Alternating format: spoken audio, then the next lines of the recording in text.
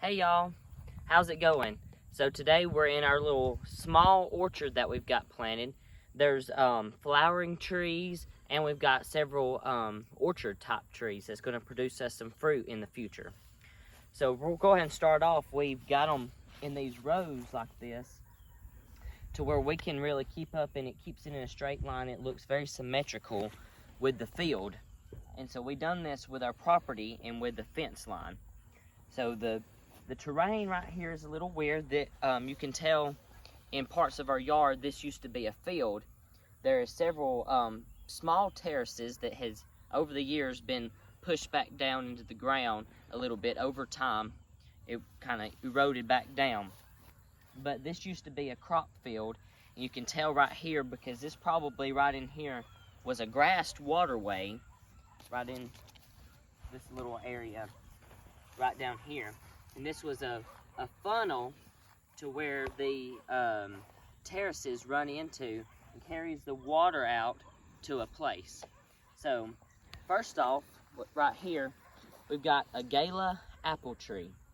So this one has already produced this year. It is the first day in September here in North Alabama, and it just got done producing. We've picked apples off of it already, and it's fixing to start dropping its leaves for the fall. So apple trees, they won't turn colors in the fall. They'll just turn brown and fall off, and then they'll rebloom and grow a little bit. It's really cool to see their limbs, because as you can see in some places where they've got these weird looking nodes, that's where it started this spring, and it has grown this much this year. This is all of its old growth right here. But apple trees are really cool. This tree won't get but maybe, I would say, 4 feet taller than it is right now. And it's probably looking at 10, 12 feet right now. So it won't get much taller than this, but it'll fan out a little bit more. So we like to keep it pruned every once in a while, especially these little suckers that come off the edge. We'll probably have to come through this fall and cut it off. But Gala apples are very good apples. They're very good eater apples, very sweet. So we're going to move on to the next one now.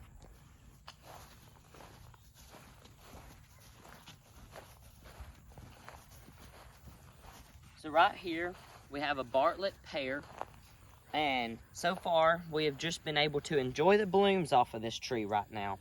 This will take several years before it actually starts to form fruit. Unlike the apple tree, these were planted the same time, and they were about the same height. The apple was a little bit taller, but this Bartlett Pear, as you can see here, this is a little bit better understanding of how much they've grown. This little node right in here, you can tell this is its old growth down here, and it extends its new growth all this spring and into this summer that it's grown. So every year it grows a good bit. It just takes time, just like with any tree, any shrub, any plant. It takes time, and just like us humans, it takes time for us to grow. So this is a Bartlett Pear. We're going to move on to not an orchard plant, but it's a small, this is called a pink lemonade blueberry. We haven't enjoyed any blueberries off of it yet. It's really hard to keep this small plant weeded out around, especially out here. This used to be a pasture before it, or after it was a crop field. And so we have a lot of undesirables out here, but we've got fairly good grass growing out here. It's not too bad. But this blueberry, it takes a while for blueberries to start forming on a bush, and especially as small as it is, it's only grown maybe a few inches.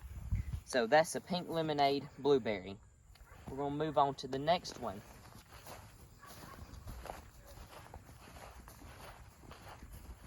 So out here in our orchard, we'll say, we've got 2 types of cherry trees. My mom loves cherry trees, especially in the spring when they bloom. They're gorgeous, and they'll come out with this beautiful white cloud, and when they stop blooming, the blooms will fall off when the wind blows and it looks like it's snowing outside. So we've got two different types. There's a Kwanzan and a Yoshino cherry tree. So I think this is the Yoshino. It'll kind of fan out a little bit. But we see you've got this little sucker. This is all its new growth out here from this year. So you can tell cherries, they grow fairly quick. Of course, they're still going to take time. But like that whole little trunk, that whole little stem that come off of that, that's totally new. This is all the old growth over here. But we just planted this this spring. So we had to stake it up with these little stakes to make sure it grows straight up.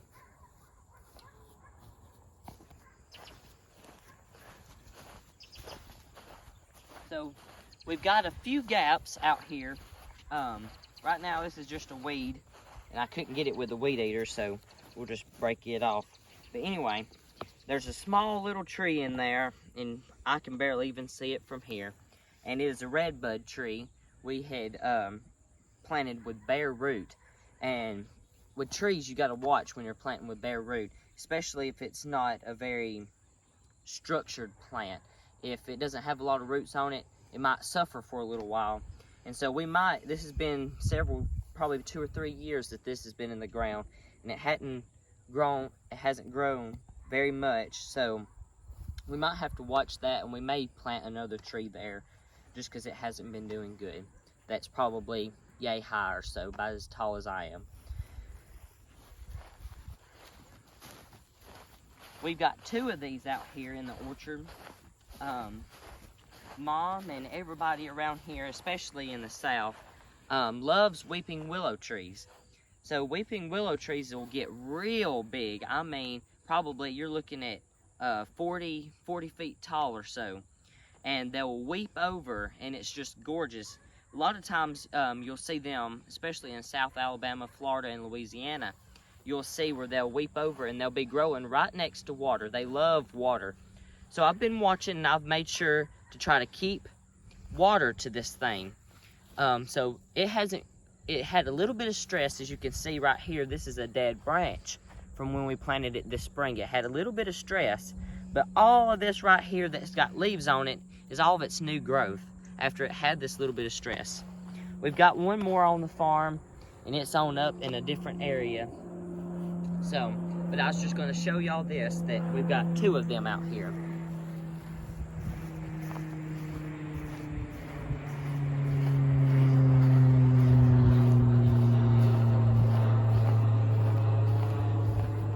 So right here is a very small pecan tree. This has taken several years to get started, and it's just now starting to do a little bit better. But I've learned with a small pecan tree, especially where we're at right now, I don't know if the insects just attracted or what, but they eat the leaves on this pecan tree, especially the little one.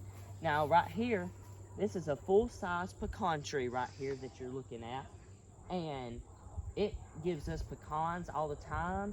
It is so lovely, and that is going to be the size of this little tree if it ever grows up, if we can keep the insects off of it.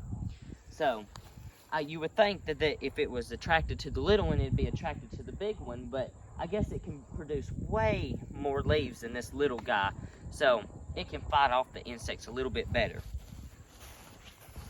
So we're going to step over here to the other side. This right here is our middle path that we've got plenty of room. You want to make sure when you're planting the trees that you leave plenty of room for mowing in between, and you want to take into consideration the size of these trees when they're at their mature height, especially when you're planting. So right here is another pecan tree. This one, as you can tell, I'll just show y'all. The insects love these things. Look how eat up these leaves are. So this year I've not been able to spray these trees, and they're constantly having to fight off these insects. And if I would spray them, I can spray Nemo on them, I can spray insecticide. I like Nemo because it is an organic option. So These two are right here on the end next to these pecan trees. So over the years, we've had some wild blackberries grow right here along the fence line. Now, we love these blackberries, but sometimes they get out of hand. As you can tell, these are our neighbor's cows. They love eating that.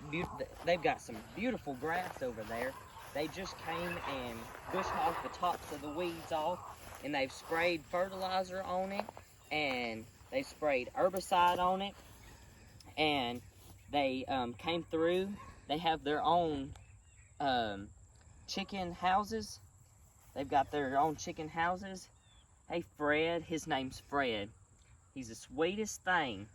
Yep, you love that head rub, don't you? Sweetest things.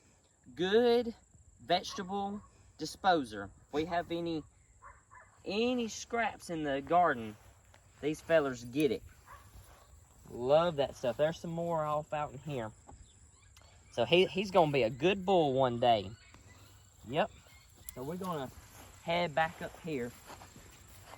But they just spread chicken manure on their field, so getting it ready for fall, it's gonna have some pretty grass on it. So again, like over there, here's another small redbud tree that hasn't been doing too good. As you can tell right here, the insects have eaten it up too. There's some very small, I don't know if you can see with my hand right there, some very small green leaves that the insects have eat up, and we might just have to plant a full-size tree to get anything off. So, and that is a American redbud tree. So this is the other cherry tree. The Yoshino is over there on the other side, and this is the Kwanzan cherry tree. So it's needed a little bit of staking up. This is all its old growth. I like planting them with a lot of growth already on them, just because that helps them out, and that if they do have a little bit of stress, it won't hurt them too bad. So this is its new growth growing down here. And the old growth, it might be good, it might not. We're gonna see. It's been leaning a little bit, but that it's good to have a good root system. And that's what this tree's got. So it's gonna survive, and it's gonna do good, especially when I see all this new growth down here. This is very promising. So if you remember a few videos back, it was late fall that we planted some blackberries. And these were thornless blackberries, and we put this cattle panel up, so we're gonna have them to run on this. This one hasn't been doing too good, and it's been nicked by the weed eater a few times, but blackberries, raspberries, a lot of your types of berries are very resilient, and they'll take a little bit. Right here, this is a better example. These are thornless blackberries, and I'm getting it ready to, let me pull this piece of grass up.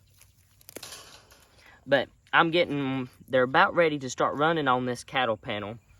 And I love these because they're thornless and they're easy to get to trellis up on this panel. We're gonna skip on down here.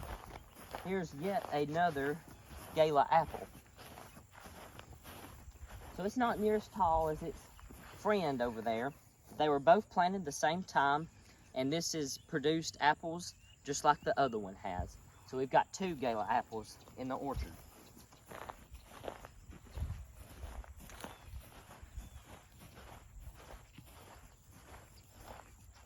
So right here, we've got the same thing, just like the blackberries. We've got this cattle panel, and this is the one thing that's got fruit on it right now.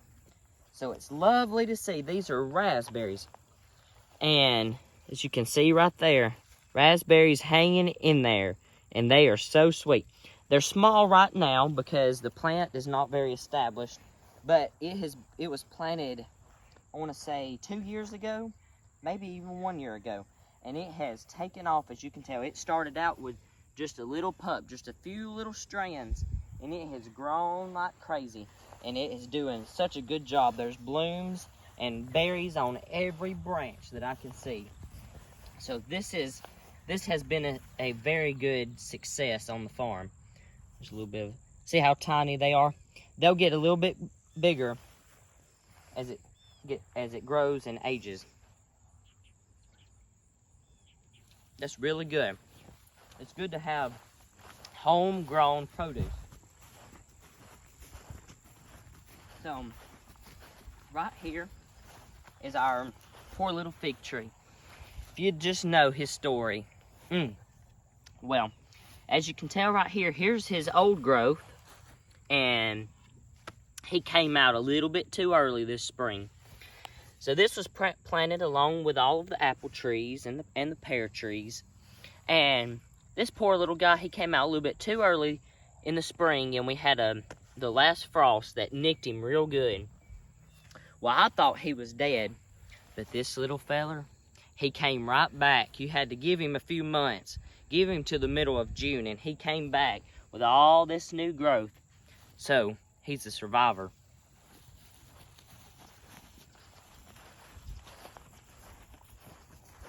So here we have another Bartlett pear tree. This hasn't produced any fruit. It'll take several years. But as you can tell, this whole strand right here is all the new growth. It's so crazy to me. This is the old growth here, new growth here. And it's been implanted the same amount as the other one over there, and it's hardly done anything. I don't know if it's the hill, I don't know. But it's planted just several hundred, maybe 100 feet that way or so. And it's so crazy that this one is doing much better. But what you can say, because that one's doing good, this one's doing good, we're rolling.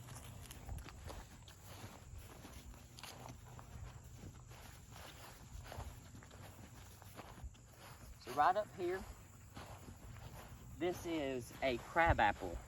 So crab apples are most of the time planted for just their bloom in the spring. Their gorgeous bloom in the spring. So this is 2 years old, and it has grown like crazy. It's loving life right here. So these are only planted for their bloom, and it'll be a pinkish white bloom. So gorgeous. The apples are not so good.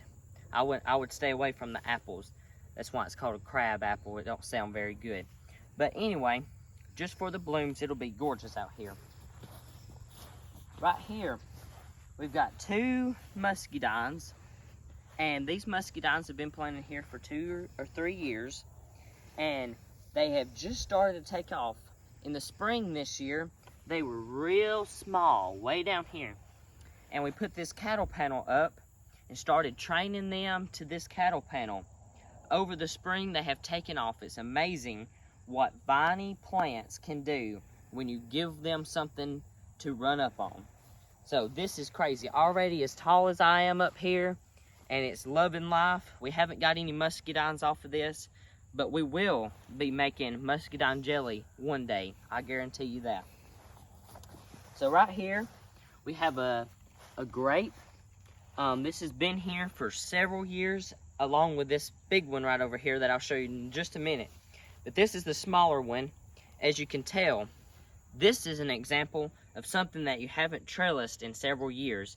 It hasn't grown very much. It hasn't gone anywhere. But when you step right over here, as you can see, this has been trellised for 2 years now, and it has produced grapes this year. We've got to enjoy the grapes off of this, and we're looking forward to making jelly off of this. This is going to be amazing. As you can tell, it's getting pretty close to fall, first day of September, so it's getting close. We're still having days in the 80s, but last night got down to the end of the 60s. That was a little cool. I got up and went and checked on the chickens and checked on everything, and I was like, ooh, it's a little nippy out here. But it's starting to lose its leaves, which grapes will do, but that's getting ready to be pruned.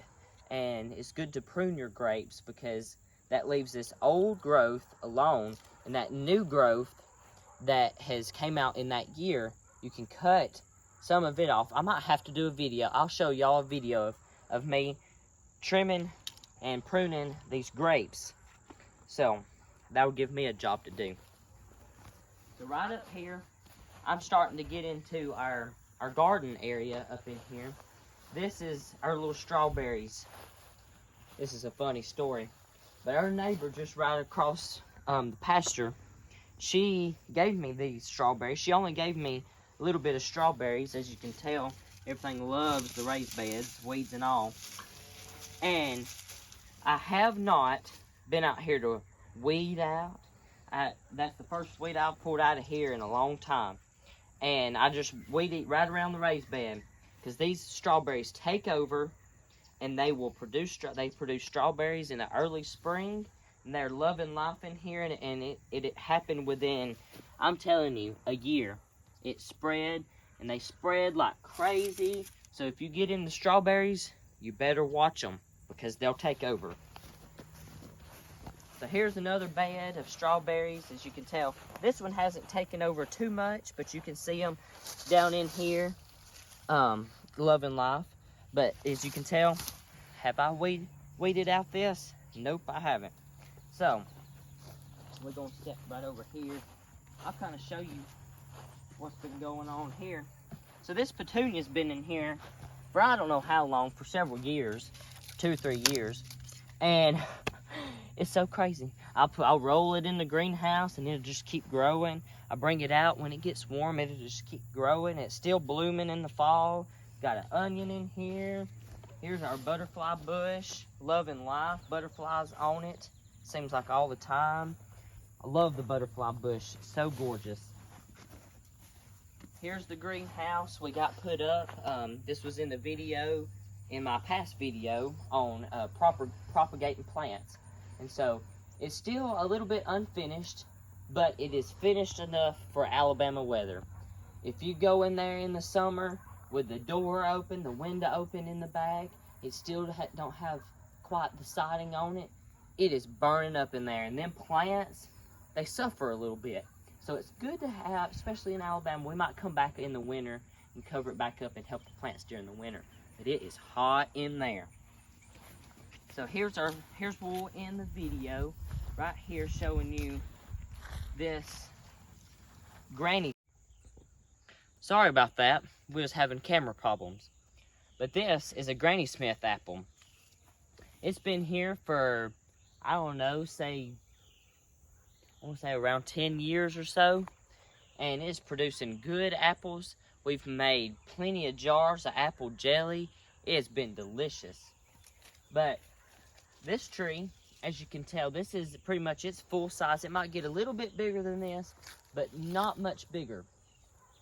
So it blooms out every year. The blooms are gorgeous, and they're very sour, but that's what makes good jelly. So this is what we use this apple tree for. This is the biggest one, and this is the one that we get the most fruit off of. So that's all, guys. Sorry about the interruption, but thanks for watching.